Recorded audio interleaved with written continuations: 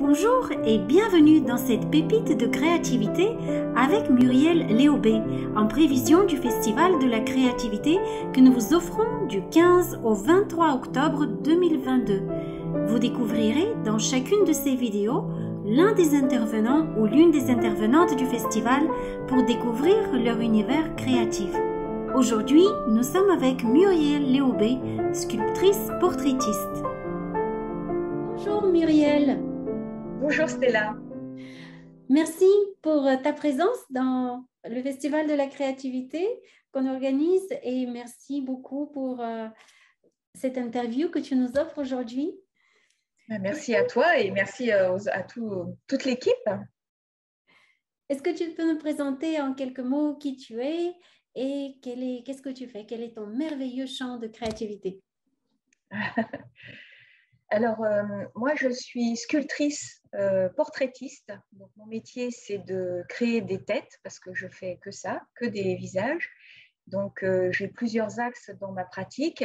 Je transmets un déroulé pédagogique que je nomme la sculpture intuitive, que je vais expliquer après plus longuement, je pense. Je réalise des bustes sur commande, c'est-à-dire qu'on me commande des portraits de personnes ou d'animaux.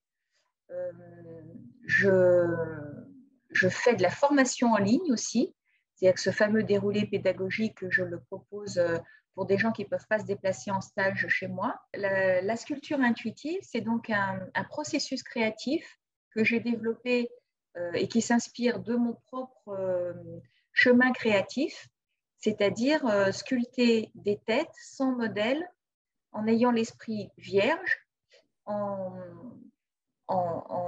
créant progressivement avec un rythme, avec un déroulé très structuré, où petit à petit, en suivant mes indications, on va mettre en forme en fait les muscles du visage et au fur et à mesure du déroulé, il y a une tête qui arrive de nulle part, on ne sait pas d'où elle arrive, mais chaque participant crée une tête différente. Et ça s'appelle la sculpture intuitive, non pas parce qu'on ferme les yeux ou qu'on se met dans un état méditatif ou quoi que ce soit, c'est juste qu'il y a un processus créatif qui se fait à notre insu, qui va chercher un espace créatif, un espace de créativité à l'intérieur de soi qui zappe le mental. Et on n'est pas dans la pensée, on n'est pas dans je veux faire ci, je veux faire ça, je veux une femme, je veux un Bouddha, je veux un enfant. Il y a un espèce de lâcher-prise naturel qui se passe parce que c'est progressif, qu'on travaille étape par étape, que le déroulé est très, très fluide. Et il suffit en fait d'être concentré sur les indications que je donne.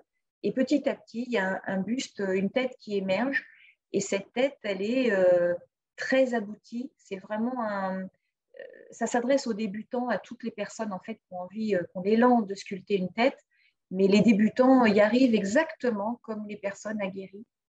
Et chaque tête est très expressive, elle est même vivante. Il y a même une naissance en fait à un moment donné, à la fin du stage qui se passe, et on rencontre à ce moment-là, les yeux dans les yeux, un personnage qu'on a créé, et c'est très très très enrichissant, très émouvant parfois aussi. On a l'impression quelquefois de rencontrer un autre soi-même, ou des fois on a l'impression qu'on a créé notre guide spirituel, parce que ce qu'on crée, les personnages qu'on crée, les têtes qu'on crée sont très bienveillantes, très, des fois même pleines d'amour. Il y a vraiment des choses très puissantes qui se passent dans la création de ces têtes. C'est vraiment fort ce que tu nous partages. Je sais que tu es aussi une artiste pluridisciplinaire. Tu fais non seulement de la sculpture, mais aussi du chant. Tu peux nous en dire plus? Donc oui, j'aime beaucoup chanter. Et là encore, il y a plusieurs axes dans mon chant. Il y a d'abord le fait de chanter en lead dans des groupes. Donc j'ai 2 formations de jazz, de soul et de funk. Et après, il y a le chant vibratoire, que j'appelle aussi le chant connecté, ou le chant de l'instant, ou le chant libre, où j'ai cette capacité de pouvoir, à n'importe quel moment, en fait, sortir un chant qui va être différent suivant les personnes qui sont avec moi à ce moment-là, si c'est un groupe ou des personnes en face à face, si je suis dans la nature, si je suis face à l'océan, il va y avoir une espèce de connexion et ça s'apparente presque aussi à une sorte de canalisation de l'énergie présente qui me traverse et qui va sortir sous forme d'un chant, d'une mélodie. Et ça aussi, parce que je crois que j'ai ça en moi, cet élan de transmettre. Et du coup, dès que je vis quelque chose, je crois qu'il faut que je le modélise pour le proposer. Donc, j'ai fait ça pour la sculpture intuitive et le chant connecté, le chant vibratoire. C'est quelque chose que je vis moi pour moi en vibration et que j'ai à cœur de permettre à d'autres de faire aussi. Donc, j'ai créé des ateliers de chant libre où j'invite les personnes dans un environnement sécurisé, hors de tout jugement esthétique, de justesse ou autre, juste un espace où on peut laisser venir le chant qui a envie de venir à l'instant T. Et dans tous les cas, il y a des libérations. Parce qu'en fait, la voix, pour moi, la voix, c'est le symbole de notre expression. C'est quelque chose c'est comme si ça centralisait tout notre émotionnel, tout ce qu'on a au fond de soi, qu'on s'autorise plus ou moins à exprimer ou à dire. La voix symbolise tout ça. La voix est un énorme creuset d'expression et donc un énorme potentiel de problématiques. Et donc, il y a beaucoup de personnes pour qui l'enjeu de chanter est énorme. L'enjeu, la difficulté, la profondeur à laquelle ils doivent puiser pour réussir à sortir cette voix qui pose problème, des fois, c'est très, très lourd. Toi, oui. Comment tu t'es mise sur un chemin de créativité artistique? Est-ce que tu as commencé par le chant? Est-ce que tu as commencé par la sculpture? Est-ce que les deux sont venus en même temps? Est-ce qu'il y a eu un déclic? Ça, c'est drôle que je m'étais jamais posé la question de la chronologie. En tout cas, ce qui est sûr, c'est que quand j'étais ado, j'avais une capacité à chanter. Donc, je faisais partie, j'avais avec des copains, on avait une petite formation. Et aussi, en ado, j'ai fait des bustes, des reproductions de Brassens, de Léo Ferrier avec des pochettes de disques. Et on m'a exposé. Quand j'avais 16 ans, on m'a proposé de m'exposer parce que en fait, c'était des reproductions, des copies à l'identique, alors que je n'avais jamais appris, moi, jamais, vraiment, pour le coup, j'avais jamais côtoyé ni sculpteur, ni atelier de modelage. Et sauf que je n'étais pas dans un environnement encourageant, c'est le moins qu'on puisse dire. Et je pense qu'on est tellement nombreux à avoir entendu, mais c'est pas ça qui va payer le loyer, ma fille, tu vois, ce genre de choses. Et du coup, moi, j'ai arrêté. En fait, j'avais plein de capacités artistiques. Je dessinais, je dansais, donc je chantais, je sculptais, j'écrivais. Et la composition, j'ai la poésie, bref. Et moi, ça a été radical. J'ai arrêté tout pendant 30 ans. J'ai recommencé quand j'avais, je crois, 42, 44 ans. Et là, c'est revenu. Et tout est revenu, évidemment. C'est comme si j'avais reconnecté en moi quelque chose qui était très bien rangé à la cave, tu sais, sous beaucoup, beaucoup, beaucoup de poussière et beaucoup de carton. Et des gravats même, tu vois, c'était pas autorisé. Et j'ai tout ressorti, donc en 2008-2009, le chant, la sculpture, j'ai composé mes chansons, j'ai écrit des poésies, j'ai commencé le théâtre, que je n'avais pas goûté quand j'étais gamine, mais qui a été une révélation pour moi parce que c'est corporel, comme le chant d'ailleurs, et la danse. J'ai recommencé à danser, à sculpter. Et là, ça ne m'a plus quittée. Et là, je reviens au chant libre et à la danse intuitive, parce que le corps, pour moi, c'est fondamental. Je peux pas... D'ailleurs, quand je chante, je danse, mes bras dansent en même temps. Et mes bras aussi, mes mains sentent aussi les champs subtils, les corps énergétiques des êtres. Et ça me donne beaucoup de joie. En fait, je crois que le plus important pour moi, c'est quand je peux me relier d'être à être avec un autre être, et pas forcément un être humain d'ailleurs, mais avec un être humain, c'est très très riche. Mais en sculpture, quand tu sens que la personne, elle est vraiment centrée sur son buste et que l'information que je lui donne lui permet d'être alignée avec elle-même, quand dans le chant, guider un autre être vers cet alignement intérieur aussi qui lui permet de chanter son chant. Et quand tu touches le corps énergétique d'une personne, tu es totalement relié au service de l'autre et tu t'oublies toi-même pour faire passer, te laisser traverser par une énergie qui peut être bénéfique. En fait, c'est ça qui me rend le plus heureuse. C'est vraiment très intéressant. J'ai l'impression, quand je pense à toi, de voir une artiste holistique avec, avec plein qui touche à tous les domaines subtils de la matière, de la sculpture. Oui, la terre. Plus subtil, je dirais le chant, parce que le chant, c'est aussi une matière, quelque part, une matière sonore qu'on manipule d'une autre façon à travers la voix. C'est beaucoup moins palpable. Difficile à identifier, à quantifier, à qualifier la voix, le chant, oui. Parce que c'est en même temps vibratoire, c'est en même temps, on le reçoit par les sens, et c'est le corps qui le produit, donc c'est très terrestre, et en même temps c'est très subtil. Ouais, tu as raison, c'est très intéressant ce que tu dis. Et est-ce que tu as des sources d'inspiration? Comment tu entres en contact avec ton inspiration? Pour la sculpture, tu vois, c'est comme j'ai un mental très actif qui me pose problème des fois, hein, comme je ne suis pas la seule, hein, mais la sculpture, en fait, comme je ne l'ai pas choisi, mais ça se fait comme ça, je me laisse traverser et mes mains font le job. Et je ne me préoccupe pas du résultat. Je laisse mes mains créer une tête.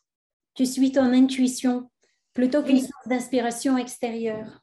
Ah oui, complètement. En fait, moi, j'identifie ça comme me laisser traverser par quelque chose qui vient évidemment d'ailleurs, peut-être de ma profondeur, de ma créativité, peut-être d'ailleurs dans les plans subtils, je ne sais pas du tout. J'en ai aucune idée. Ce qui est sûr, c'est que pendant ces moments-là, je suis débranchée. Mais je peux parler, hein, je suis là, mais mes mains, en fait, elles sont débranchées de moi et elles font le job. Et elles créent une tête. Et la tête, elle est pour moi, elle véhicule quelque chose de qualité universelle de l'humain. Et tu as aussi une grande collection de sculptures que tu as créées. Est-ce que tu peux nous en dire un peu plus? Est-ce que tu as des thèmes sur lesquels tu crées ou... Alors, et non, justement, j'aborde chaque tête sans aucune volonté, sans aucun concept dans ma tête. Je ne construis pas du tout mes têtes avant de les créer. Je les laisse venir. Vraiment, je ne trouve pas d'autres mots. Je sais que ça va être une tête et chaque étape de la création, je ne sais pas pourquoi, ça sera une tête différente. Et pour moi, voilà, elles incarnent des qualités de l'humain. Je parle souvent je retrouve notre identité commune dans mes têtes, des qualités universelles de bonté, d'amour. Généralement, elles sont plutôt souriantes. Mais quelquefois, là, en ce moment, elles sont un peu sévères. Voilà, il y a du masculin, il y a du féminin, et chaque tête est venue de je ne sais pas où en fait. Et c'est toujours interpellant. Et parfois, il y a des énergies tellement fortes qui descendent avec la tête quand je termine de la créer et quand j'ouvre l'iris, tu sais, et là, il y a comme une naissance qui se passe, comme s'il y avait une descente d'énergie et la tête, elle porte après quelque chose vraiment d'humain. Et quelquefois, il y a des expériences très puissantes. Je me rappelle, une fois, j'avais créé une tête il y a longtemps, donc elle n'était pas forcément très aboutie. Enfin, il y a des petites imperfections anatomiques, mais quand j'ai eu fini de la créer, je l'ai sentie libérée. Mais j'ai pleuré, je dansais, je tournais autour d'elle. Il y avait comme si elle avait été enfermée, cette entité, cette énergie, comme si elle avait été enfermée pendant des siècles. Et là, elle était libérée. Et c'était très, très fort émotionnellement. Je l'ai vécu, moi, j'ai ressenti cette libération dans mon corps, dans mes émotions. Et elle s'appelle Perle de Jade, cette petite sculpture. Oui, je demande souvent aux intervenants de nous partager une expérience créative forte de leur choix. Quelle expérience aimerais-tu? Il y a celle-ci, il y en a une autre qui me vient. Une fois où j'avais une intention, je ne savais pas comment elle allait se manifester, mais j'avais une intention de créer de la haine. J'avais envie de faire un buste qui allait porter de l'agressivité, tu vois, quelque chose qu'on qualifie d'émotion négative. Et donc, j'ai commencé à faire ce buste. Et c'est vrai qu'au tout début, il avait l'air méchant. C'est un gros buste on voit ses dents, il fait comme ça, genre en colère, tu vois. Et ce qui est très drôle, c'est que donc je l'ai vécu comme ça, je l'ai accueilli comme ça. C'était pas un buste, tu vois, on n'était pas dans le monde des bisounours du tout. Et je l'avais appelé chaotique.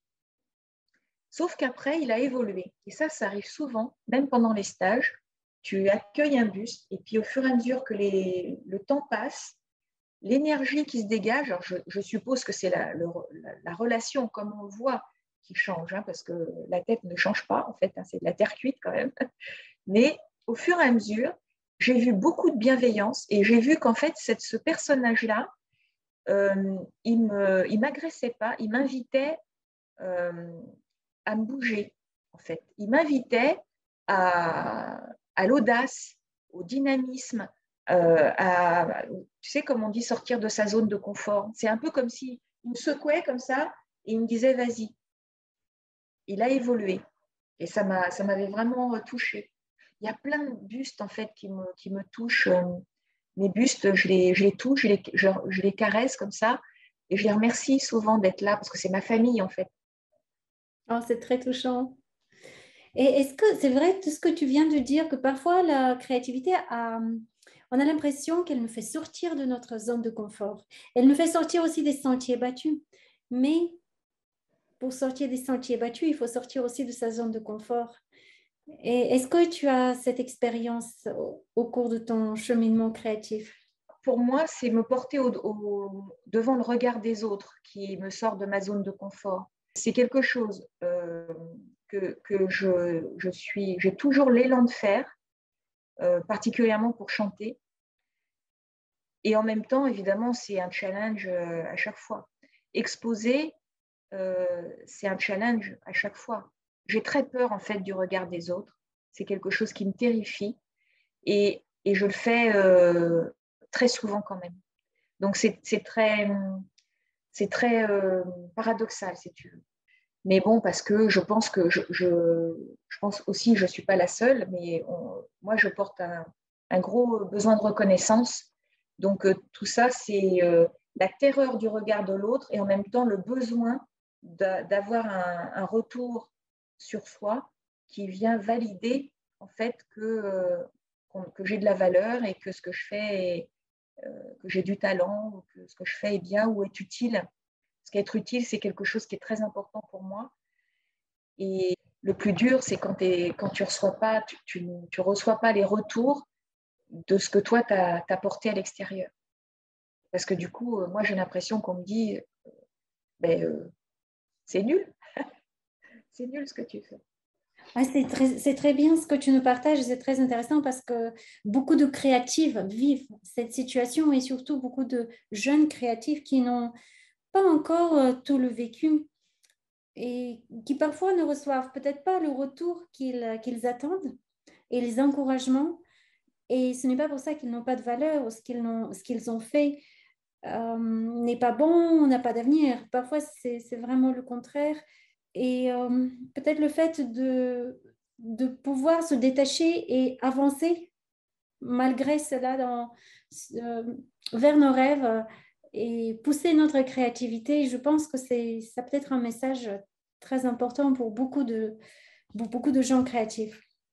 Et moi, j'ajouterais aussi que je pense maintenant avec l'expérience que c'est normal d'avoir besoin du retour de l'autre. Parce Oui, qu'on n'est pas des individus, on est des individus sociaux. Et oui, moi, j'ai reçu beaucoup d'injonctions dans le milieu spirituel. Oui, tu as besoin de reconnaissance, comme si c'était un défaut, une tare, tu vois, un truc pas bien, rabaissant. Et je crois de plus en plus que c'est tout à fait normal, surtout pour les artistes oui, et surtout pour ce que je nomme les multipotentiels, oui, euh, dont moi, manifestement, je fais partie, et je ne suis pas du tout la seule. Quand on a besoin de s'exprimer sur un panel important de choses différentes comme ça, de manière différente, euh, évidemment qu'on a besoin que l'autre être humain en face nous renvoie que ce qu'on et qu'on nous le renvoie à la mesure où nous on le porte à l'extérieur. Et oui. cette mesure de ce que nous on veut que, que l'autre reçoive, c'est énorme. C'est énorme. On est presque dans l'idéal. On est presque dans un idéal que l'humain ne peut pas vivre vraiment. Mais nous, on essaye malgré tout.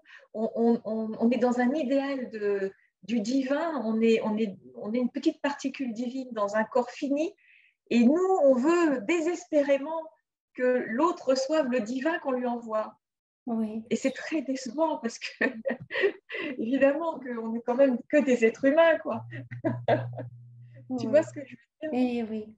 Et en même temps, c'est cet idéal qui nous donne des ailes Oui, et qui qui nous nous porte. donne l'élan vital. Oui, oui. Est-ce que tu as un message que tu as envie de transmettre à travers ton art? On est tous des créatifs et on a tous un point fort. Moi, j'ai coutume de dire qu'il n'y a pas que l'art dans lequel on peut créer, enfin, la cuisine, l'architecture, le jardin, enfin, la création se trouve même dans le soin. À partir du moment où on est un être humain, je pense on a un potentiel de création et de créativité. Et le message le plus important, c'est exprimez-vous. C'est trouver le biais, trouver la voie qui vous permet à vous, en tant qu'individu, en tant qu'être humain, d'exprimer la singularité de qui vous êtes, de trouver le moyen d'exprimer votre identité. Parce que ça, c'est sûr qu'on a chacune une identité propre. Et je vois beaucoup de souffrance à ne pas être en capacité de l'exprimer parce qu'on n'a pas un environnement accueillant autour qui va le recevoir. Et moi, tu vois, ce que j'adorerais, c'est qu'il y ait des lieux, des endroits où il y a des personnes empathiques qui sont là juste pour accueillir l'expression de l'autre. Donc, ce serait trouver un moyen de vous exprimer, mais sortez ce qui vous alourdit à l'intérieur et sortez-le, que ce soit par la voix, par la peinture, je ne vais pas tout énumérer parce qu'il y en a des millions, mais s'exprimer. Alors, pendant le festival, tu vas nous proposer deux ateliers ou deux conférences, une sur le chant intuitif et l'autre sur la sculpture. Est-ce que tu peux nous en dire plus? Ok, ben avec plaisir. Je suis super contente de partager ça avec les personnes qui regarderont. Donc, sur la sculpture intuitive, je proposerai une démonstration, la création d'un buste en direct avec la sculpture intuitive, avec le déroulé pédagogique de la sculpture intuitive. Donc, de cette manière, si tu veux, les gens vont pouvoir assister en direct au buste qui émerge dans de ces eaux. À ce moment-là, Oui. c'est vraiment passionnant parce qu'on est là, on va être tous intrigués de voir quelle va être la tête qui va venir. Et oui, mais c'est super joyeux pour moi aussi, parce que j'aime bien aussi, moi, le découvrir en même temps que d'autres. Ça m'apporte beaucoup. Donc, je créerai un buste pendant le festival en direct, en terre, en argile. Et pour le chant? Alors, pour le chant, je proposerai un atelier interactif. C'est-à-dire que, évidemment, je pourrais produire moi mon chant et laisser les gens écouter le merveilleux chant de Muriel. Mais c'est pas marrant. Alors, évidemment, par contre, je vais chanter, évidemment, pour inviter, oui, vraiment en guise d'invitation. J'aime porter mon chant devant les autres pour les inviter à me répondre. Et là, c'est ce que je proposerai.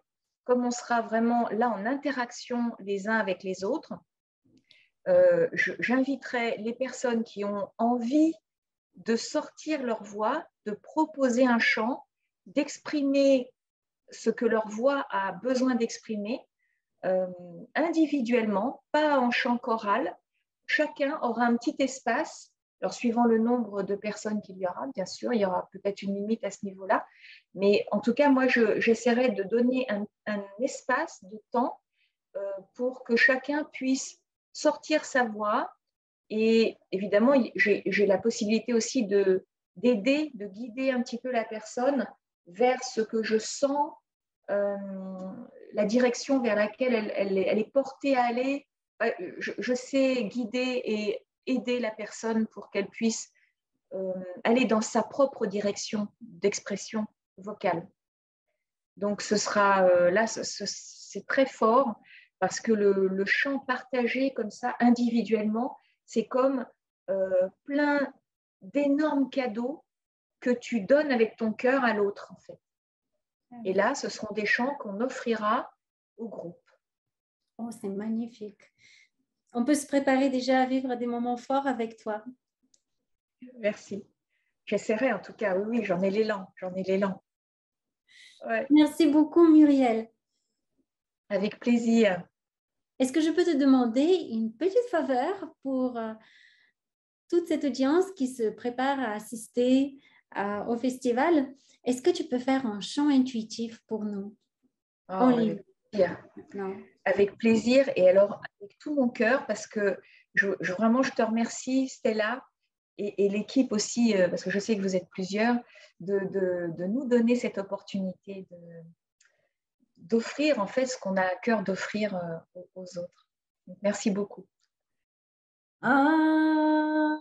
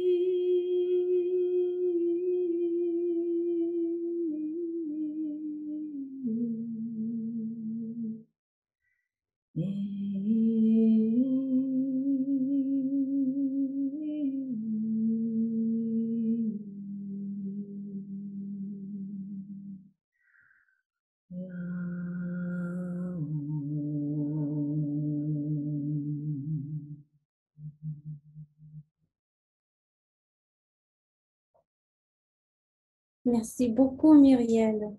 Merci à toi, Stella. Et à tout bientôt alors du coup. À